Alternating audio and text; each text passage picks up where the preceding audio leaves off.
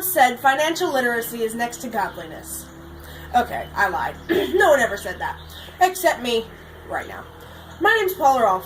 You might be wondering why I'm here telling you would-be quotes and bad jokes. The reason is this. After discussion with many of my peers, I have discovered that many are ill-informed or don't really care about the subject of financial literacy. This is very distressing.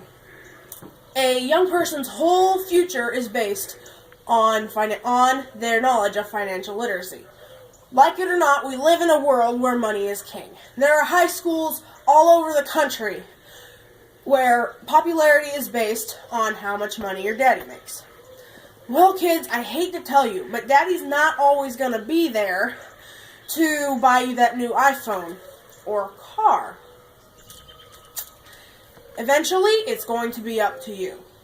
Let's take, for example, Susan. Susan was just out of college, her whole life ahead of her. She didn't have a job, or an apartment, or really any money, but that would come as she went, right? Her dad gave her, let's say, $5,000 to get started with her life.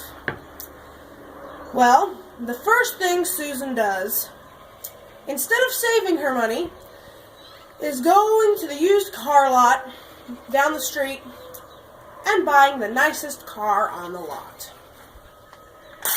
Gone. Half of her money. Poof. So, Susan she's trying to find an apartment. But what Susan soon discovers is that she can't get an apartment for the money she has left in her area. So, after she gets a job, Susan spends the first 6 months of her freedom sleeping in the back of her car. The car that got her into this situation in the first place.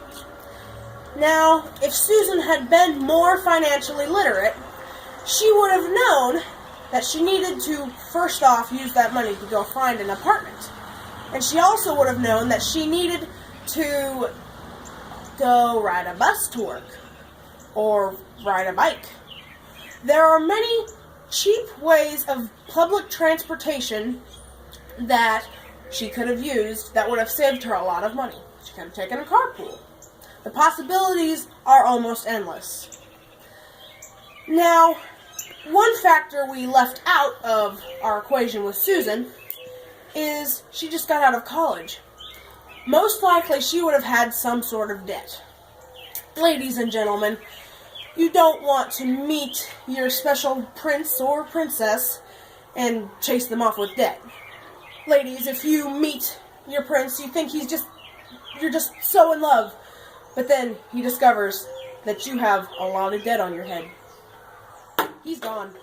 Never to be seen again. Gentlemen, it's the same with you. So in love with that girl, she finds out you're, let's say, $50,000 in debt from college. She's gone. Never to be seen again. You find out 10 years later she married the football champion who went to technical college for half as much as you did and didn't have any debt. Now, are you starting to see my point? How important it really is to be financially literate. How important it is to be able to make good financial decisions. I have one request of you, young adults of the world, before I go.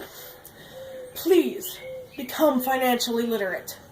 It's necessary for your well-being in the big world of money that you know how to make good financial decisions. If you don't make good financial decisions, you won't be able to buy a house because your credit will be really bad. You won't be able to buy a car. You won't be able to put money aside for retirement. You won't be able to do pretty much anything. Please, please, please become financially literate. Thank you for your time.